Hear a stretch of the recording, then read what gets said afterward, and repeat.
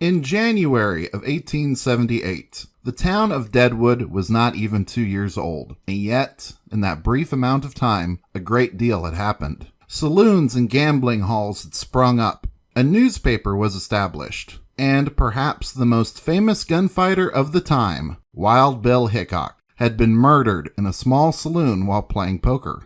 But something else occurred during that short time. Deadwood had experienced a ghost story surrounding a mysterious murder in November of 1877. In today's episode, we will be covering the murder and ghost story of Dee Lee, Deadwood's China Doll.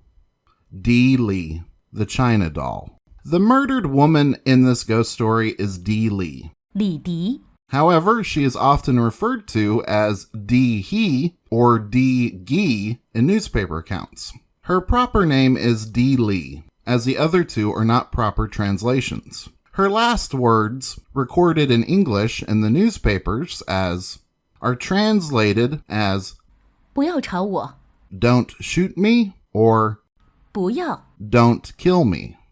From the Black Hills Weekly Times, Deadwood, South Dakota, December 23rd, 1877. When the body of the murdered Dee He was found, the gaping wound in the head, where the hatchet had been deeply buried, told the manner of her death. The blood-bespattered walls, the confusion in the apartment, the attitude of the body, all bespoke a violent struggle. The mark of a bloody left hand across the mouth told that the clutch of the assassin had stifled her cries. The premises and body, after the inquest, were turned over to her friends. In obedience to the superstition-prompted customs of these people, perfumed paper and various colored candles were burned about the corpse. All the unique ceremonies required by these customs were duly observed, and the body buried. A well-behaved spirit should have ridden from this vale of tears on the incense created by the burning of their offerings, but not so with the indignant spirit of Madame Dee He. The first night that the premises were occupied after the removal of the remains, a gentle tap-tap is heard at the door. The voice of the dead is heard in reply. The door is opened, and a male voice without begs admission. The door creaks upon its hinges as it is opened wide. The hurried step of two men is heard. A struggle follows. And then, again, all is still. An examination shows the room in its usual order. The door fastened as before. Of course, the haunted premises are promptly vacated and have so remained since. And now comes the occupants of the adjacent houses, who tell that in the dead hours of night, when honest men are supposed to sleep and ghosts to ride the gale on broomsticks, mop handles, etc., and to sit astride the chimneys of deserted old houses, the haunted houses of our childhood, there is heard in the vacant tenement, struggling, muttering curses, and the voice of the murdered woman exclaiming in pitiful, pleading accents, 不要吵我不要不要吵 and the words die away in a gurgle, as though the speaker was being strangled, and all this when no person in the flesh is about. In all this, to the average Chinese mind, is no mystery. The unnatural manner of Dee He's death, the necessary interruption and disarrangement of their ceremonies by reason of the presence of the officers, have disquieted the spirit of the dead woman, and it or she returns to the scene of her former festivities. Chinatown is stirred to its very center over the ghostly presence, and vigorous steps are being taken to conciliate the grieved ghost. Meanwhile, our real estate speculators are interested and predict that property in that neighborhood may soon be bought dirt cheap. Dee Lee had been murdered on November 27th of 1877. The following day, the newspaper described the crime scene and the condition of the body. From the Black Hills Daily Times, Deadwood, South Dakota, November 28th, 1877. The Murdered Celestial. The murderer or murderers of Dee He have not been apprehended, nor does suspicion, as yet, fasten upon any particular one. The corpse lies in the rear of a small shanty in Chinatown, face and clothing clotted with blood, and presenting a disgusting spectacle. An inquest was held this morning, at which several witnesses were examined, but no evidence throwing light upon the crime was elicited. Doc Mayer, who made an examination of deceased, testified to finding wounds as follows. A puncture, as with an ordinary pocket knife, about 2 inches below the sternum, but which is only about 1 inch in depth. In itself, not sufficient to cause death. Also 2 fractures of the frontal skull, apparently caused by a blow from a hatchet, the blunt end or head being used. These blows must have caused death by concussion. The jury found a verdict that deceased came to her death by a blow or blows inflicted by a person or persons to them unknown. 3 simple questions arise from the murder of Dee Lee. Who was she? Why was she murdered? And who murdered her? The answers to these questions are shrouded in mystery.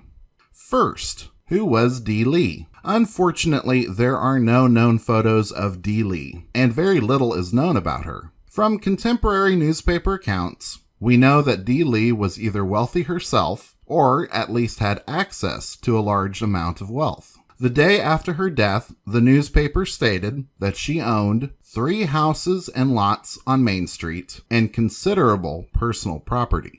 There was later some debate whether she was actually wealthy or not. In December, the newspaper said, the murdered woman was the slave of a Mongolian at present absent in California, and is supposed to have had a large sum of money in her keeping. Judge Granville Bennett described Dee Lee as being of high rank and well educated. The debate about Dee Lee's wealth and status has continued on, turning into a controversy of whether she was a slave or a princess. Although descriptions of her appearance in contemporary sources are lacking, it has been traditionally accepted that Dee Lee was very, very beautiful. Men with gold surrendered to her wiles and declared that she was a living picture. Her beauty is said to have made other women in Deadwood jealous, including the girls of the Bella Union. Whether or not she was this beautiful, we do not know. No contemporary sources describe what she looked like. There seems to be a lot of mystery and dispute in the legends about Dee Lee. In 1949, Joe Kohler wrote, in later years, some of Chinatown's old men elaborated on the doll's exploitation with typical Confucian philosophy. Said the venerable Sing Lee, in China, the woman is servant to man. In Deadwood, the man with the gold becomes the tool of the Chinese girl. It was believed that many men with gold succumbed to her wiles. One admirer described the doll. She was a living picture. In beautiful robes and jewels, she lounged on a couch of silk cushions. Her smile would melt a heart of granite. Men wondered if she was real or a pipe dream. Was she slave or princess? Did Dee Lee come from wealth? Was she a slave of a wealthy master? Or was she a siren who lured men in with her looks and took their gold? Not a lot of time passed between the start of Deadwood and Dee Lee's death. Was that really enough time for Dee Lee to trick enough men in order to own 3 houses and lots on Main Street and considerable personal property? Possibly, but unlikely. There is no evidence that Dee Lee was a prostitute or that she had any jilted lovers. Of course, there's little evidence concerning Dee Lee at all. And some of this is due to the cultural divide between American and Chinese settlers in Deadwood. In 1880, concerning Dee Lee's murder, it was said, the authorities were powerless to even find a person that could be suspected. Not a Chinaman could be found that knew a thing of it. They were all as reticent as the grave. So, mostly everything said about Dee Lee is up for debate, except that she was a woman of means with valuable property and possessions. The next question, why was she murdered?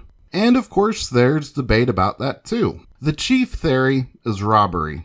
Dee Lee was either wealthy or had access to wealth. And the most descriptive theory about her death at the time involved 3 men working together to kill and rob her. There are conflicting statements over whether anything was missing from the small building. In a newspaper from December the 4th, it says the murderers ransacked the building and took all of value that could be found. However, later sources say that the dwelling still contained valuable jewelry. Robbery was ruled out as a motive. The other theory is one put forth by Postmaster Adams, who claimed to have had a discussion with Dee Lee about the effects of opium. Adams contended that Dee Lee was trying to close the opium dens in Deadwood, and that was why she was murdered. Whether she was killed to be robbed or be silenced, evidence points to a conspiracy involving more than one person. There were 2 weapons used to attack and kill her. The ghost story refers to 2 men being involved. And the December 4th article claims 3 men conspired to rob and kill her.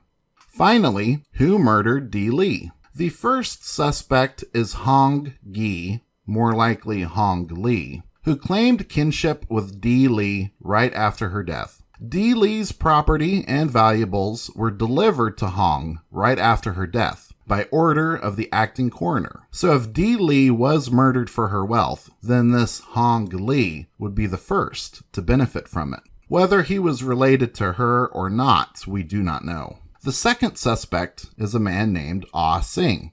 On December 3rd, the newspaper ran, Ah Sing and his wife were arrested and jailed last night on suspicion of being implicated in or cognizant of the Dee Lee murder. Although the December 3rd newspaper used the name Ah Sing, he is probably the Ah Him who on the next paper was arraigned this morning, charged with complicity in the Dee Lee murder, but for lack of testimony, they were, upon motion of W.G. Hollins, their counsel, discharged. The most descriptive and involved theory concerning Dee Lee's murder came on the newspaper of December the 4th, the Chinese murder. While there have been no arrests made for participating in the murder of the Chinese woman, Dee Lee, owing to a lack of competent evidence, enough has been learned to explain much that has shrouded the tragedy in mystery. It has been pretty conclusively established that 3 men, Mongolians, were engaged in the crime, one of the number receiving $100 for doing the dirty work. Their object was robbery. Plans were carefully arranged, and at the appointed hour, they repaired to the cabin. One of their number was stationed as a guard outside, while the other principal and the hireling entered the building. The paid Confederate was armed with a butcher knife and a hatchet, and as he stepped into the woman's presence, he dealt her a terrific blow upon the head, felling her to the floor, and then assaulted her with the knife. Life extinct, the murderers ransacked the premises, taking all of value that could be found. The article concludes with the claim that Dee Lee was a slave, that her master was in California, and that she was in possession of a large sum of money from her master. The year of 1877 would end with no new information concerning Dee Lee's murder. On February 9th of 1878, a Chinese woman, along with a group of Chinese immigrants, rushed into a saloon, claiming that the man she was seeing, her feller, was the person to have murdered Dee Lee, that she was an eyewitness to the crime, and that her feller had threatened her life if she confessed. Officer Edward Clark talked with the eyewitness and escorted her home. Nothing ever came of these theories or the testimony of the possible eyewitness. Whoever murdered Dee Lee would escape justice at Deadwood. What we are left with is a small amount of evidence that can be traced back to 1877 and 1878, and a lot of storytelling that may or may not have basis in fact. Over the years, Dee Lee would become known as the Yellow Doll, and then finally as the China Doll. Other than her mysterious murder, the most significant part of Dee Lee's story in later years would be the claim of her great beauty, even though at this time, no descriptions of her appearance have been found from the time period. As Deadwood began to commemorate its Wild West history, young women would be chosen to portray the China doll in the Chinese section of the Days of 76 parades. In the early 1970s, a restaurant opened in Deadwood named the China Doll, serving a complete menu of Chinese food and Low Point beer. The mysterious character of Dee Lee and her gruesome unsolved murder had left a lasting impression upon the town of Deadwood. As to the ghost story of Dee Lee, the tapping at the door, and the screams heard by the neighbors of a woman about to be murdered, what can be learned from this? The region of Deadwood, known as Chinatown, was very distinct. A visitor coming to Deadwood from the north in the late 1870s would think they were walking into a Chinese village. The population of Deadwood's Chinatown was small, with estimates ranging from anywhere between 164 to 300 living there. The population was mostly male, and the majority of Chinese women there were prostitutes. Some of the Chinese immigrants were involved in placer mining, but many were merchants, ran restaurants, or laundries. Phi Li Wong found success in opening a shop specializing in imported goods from the Far East.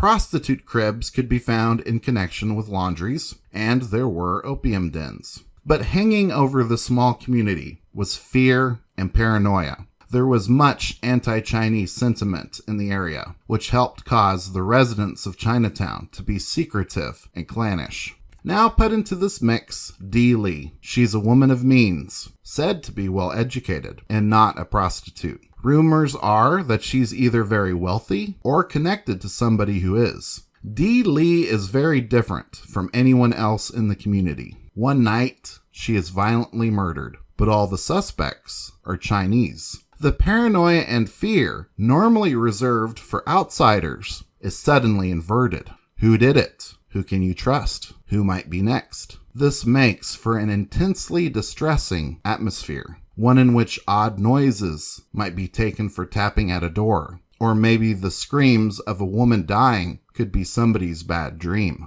Or perhaps the ghost of Dee Lee really did come back to reenact her gruesome murder. In any case, this mysterious murder rocked the small community of Deadwood's Chinatown, and the story has continued to be told ever since.